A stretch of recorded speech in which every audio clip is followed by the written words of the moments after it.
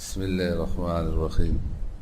یہ جو میں نے کہا کہ یہ تو عبارت سامنے آ گئی کہ بے فاسد بحکم سود ہے، لیکن بے فاسد سے جو مبیح ہاتھ میں آئے اس کو اگر نفع پر کوئی بیچے یا اس کے ذریعے سے نفع حاصل کرے تو وہ نفع خبیث اور حرام ہے۔ یہ عبارت سامنے نہیں آئی تھی تو میں نے کہا یہ عبارت تلاش کر لو۔ چلے قال الامام المرغنانی رحمہ اللہ تعالی قال ومن اشترى جاریة بیعا فاسدا وتقابضها۔ دیکھو کسی نے کوئی باندی خریدی، وہ ایک زمانہ تھا، باندیوں کا زمانہ تھا، باندی خریدی شراءً بیعا فاسدا بیعاً فاسد، بے فاسد کے ساتھ، وتقابضها، اس نے سمن، بائع نے سمن قبض کیا اور مشتری نے باندی قبض کیا۔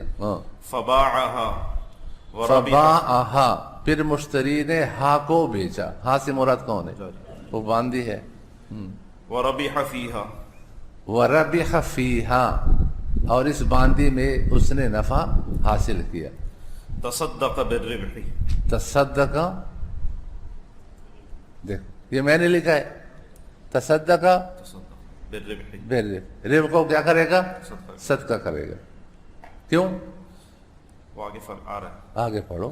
وَيَطِيبُ لِلْبَائِعِ مَا رَبِحَ فِي الثَّمَنِ، وَيَطِيبُ لِلْبَائِعِ، جو بائع کے پاس سمن آیا ہے اس نے اگر کوئی چیز خریدی تو اور اس میں نفع حاصل کیا تو اس کے لیے حلال ہے۔ کیوں؟ جب بائع کے پاس سمن آیا تو جب وہ خریداری کر رہا ہے تو خریداری پہلے کس کے ذمے میں آتی ہے؟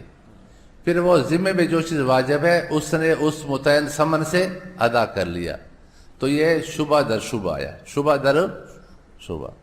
ہاں، والفرق ان الجاریة مما يتعین، جاریہ متعین ہے اور وہاں جو شراء اس نے کیا وہ متعین نہیں ہے۔ ہاں، فيتعلق العقد بها، عقد کا تعلق وہی جاریہ کے ساتھ ہے۔ فيتمكن الخبث في الربح، وَيَتَمَكَّنُ فيتمكن الخبث في الربح، فَيَتَمَكَّنُ الْخُبْثُ فِي الرِّبْح، پس نفع کے اندر حلت ثابت ہو گئی۔ خبث معنی حلت، اب معنی ہم کو بدلنے پڑیں گے۔ ہاں چلے، والدراهم والدنانير لا تتعینان في العقود، دیکھو وہ جو دنار عقود میں متعین نہیں ہوتی، اس کا مطلب ہے کہ جب آپ نے کوئی چیز خریدی تو وہ اگر آپ نے دکھا بھی دیا کہ ان پیسوں سے میں لے رہا ہوں، پھر وہ پیسے جیب میں ڈالے دوسری دے تو بھی ٹھیک ہے۔ ہاں، فلم يتعلق العقد الثاني بعينها فلم يتمكن الخبث فلا يجب التصدق، اس پر تصدق واجب نہیں۔ وهذا في الخبث الذي سببه فساد الملك، الہدایہ جلد 3۔ یہ اس میں ہے جس کا سبب کیا ہے؟ فساد ملک ہے، اور یہاں فساد ملک ہے تو دیکھو صریح عبارت ہے اور اس نے لکھا ہے، اور اس کے خلاف کوئی بتا دے، عبارت پیش کرے کہ بے فاسد اور فساد بھی وہی احد الفریقین کو نفع حاصل ہو رہا ہے، جہالت وغیرہ نہیں، اور پھر بھی اس کے لیے ربا حلال ہو۔ یہ جتنے بھی یہ بحریہ ٹاؤن اور یہ فلاں یہ جو قسطوں پر یہ پلاٹ بیچتے ہیں یا مکانات بیچتے ہیں، یہ سب میں یہ خرابی ہے۔ پوری قوم جو ہے نا سود میں مبتلا ہو گئی اور حرام خوری میں، اس لیے کہ بیع میں ایک شرط ہے کہ مبیع پر قبضہ اسی وقت دے گا۔ تعجیل، ادار، سمن میں تو جائز ہے لیکن مبیع میں ادار جائز نہیں۔ ایک بیع ہے جو خلاف قیاس ہے، اس کو بیع سلم کہتے ہیں، اور آپ لوگ جانتے ہیں کہ جو خلاف قیاس ثابت ہو جائے اس پر قیاس جائز نہیں ہے۔ باقی اس سے بھی معلوم ہوتا ہے کہ اللہ تعالیٰ کی شریعت نے اس چیز کے خریدنے کی اجازت دی ہے جو فی الحال تیری ضرورت ہو، مستقبل میں مجھے ضرورت پیش آئے گی تو اس کی ضرورت ہی نہیں۔ اب آپ نے پلاٹ خریدا اور قسطیں جمع کر رہے ہیں اور وہ کہہ رہے ہیں کہ جب قسطیں مکمل ہوگی تو آپ کو میں پلاٹ دوں گا، اور جب تک قسطیں مکمل نہیں تو اس وقت پلاٹ نہیں دوں گا۔ یہ شرط لگانا شرط فاسد ہے، اور شرط فاسد لگا کر عقد کرنا، اس میں کیا ہوتا ہے؟ ایک تو سود کا گناہ ہے اور دوسرے کیا؟ اب بعد میں جو یہ چیز آپ نے لے لی، اب اگر آپ نے نفع پر بیچی تو وہ نفع حرام. اب یہ سارا پوری امت مکر ہے. ہاں تو اللہ تعالیٰ کا عذاب نہیں آئے گا.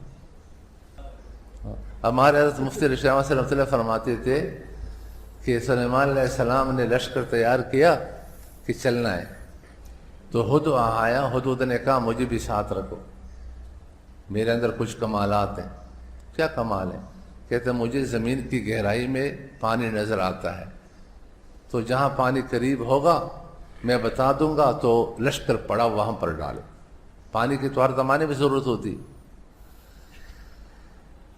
قریب میں کوا تھا، وہ تو لالچی پرندہ ہے کہ ہدہد کے نمبر کہیں بڑھ نہ جائے.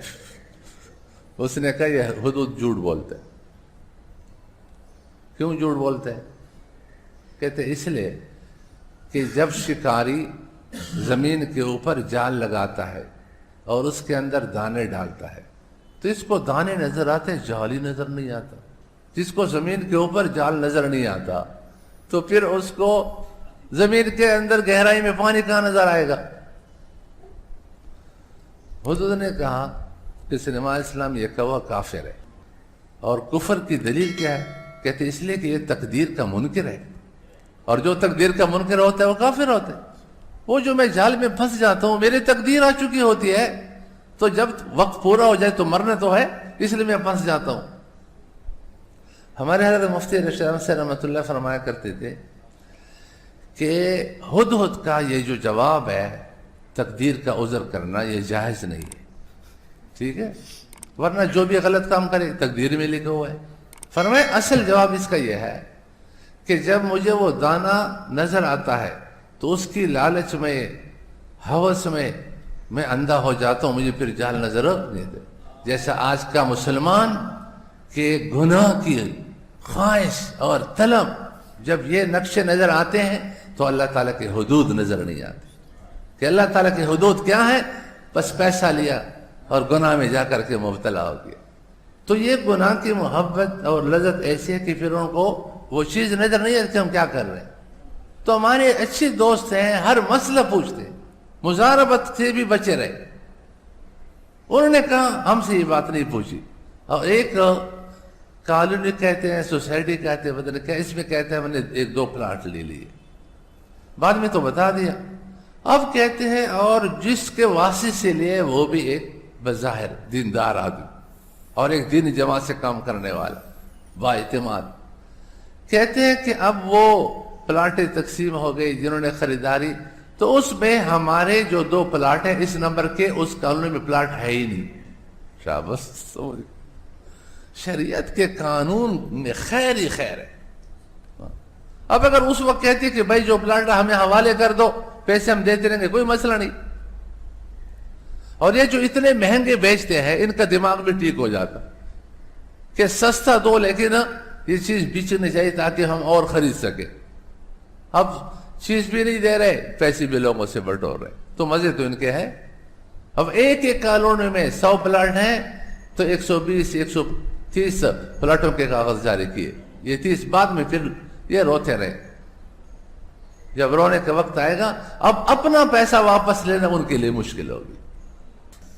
اگر سارے مفتی اس پر فتویٰ دیتے کہ یہ حرام ہے، ناجائز ہے، ان سب کا دماغ ٹھیک ہو جاتا. الحمدللہ اس وقت بھی عوام میں ایک کثیر تعداد ایسے لوگوں کی ہے جو مسائل کو مانتے ہیں. سیلکوٹ سے ایک فون آیا، اس نے یہ موٹر سائیکل کا کاروبار شروع ہوا ہے، بیع سلم ہے، اور بیع سلم کے ذریعے سے وہ قرض لے رہے. کوئی 100 موٹر سائیکل بک کرا رہا ہے 20,000-30,000 پر جو ہے نا، وہ مہینے کے بعد کہتے ہیں یہ چابی گما دو، موٹر سائیکل تیرا، پھر ہم نے آپ سے خریدا، پھر ہمارا ہوگی. ایک موٹر سائیکل کی چابی کو 100 مرتبہ گماؤ تو 100 قبضے ہو گئے. چابی گماتے رہو اور بکتے رہو، گماتے رہو اور بکتے رہو، تو 100 200 500 موٹر. پھر جتنے پیسے آ گئے کہتے ہیں مزید بک کراؤ اس سے زیادہ. تو ایک کو ہم نے مسئلہ بتایا، فتاوی بھی بھجوائے. پھر بعد میں فون آیا، کہتے میرا اپنا کاروبار تھا میں نے چھوڑ دیا، لیکن الحمدللہ مجھے بڑا سکون حاصل ہوا. اب مسلمان ہیں، مانتے ہیں، ہم کہتے ہیں لوگ مانتے نہیں، کیوں نہیں مانیں گے؟ مانتے ضرور ہیں، باقی یہ ہے کہ وہ وقت ہے، کوئی 100%، کوئی 1%، کوئی 2%، کوئی 50%، آہستہ آہستہ سارے ٹھیک ہو جائے۔ تو یہ عبارت سامنے آ گئی کہ یہ کیا ہے؟ نفع خبیث ہے۔ اب یہی خبیث اور حرام نفع جو بینک نے کمایا ہے، اس کا شرعی حکم تو یہ ہے، یہ اس وقت پھر لقطہ ہو جاتا ہے۔ کس کے حکم میں ہو جاتا ہے؟ لقطے کے حکم میں ہو جاتا ہے، اور لقطہ غنی کے لیے تو حرام ہے، فقیر کے لیے کیا ہے؟ حلال ہے، اس کے لیے کوئی حرام ہو نہیں۔ یہ لقطے کے حکم ہو جاتے ہیں، سود کے حکم میں نہیں ہوتا، حرام کے حکم میں نہیں ہوتا۔ تو اس لیے مساکین پر تقسیم کر لیں، اور جو ارباب الاموال ہیں ان کو اگر دیں گے تو سب کو کیا کھلایا؟ حرام کھلایا۔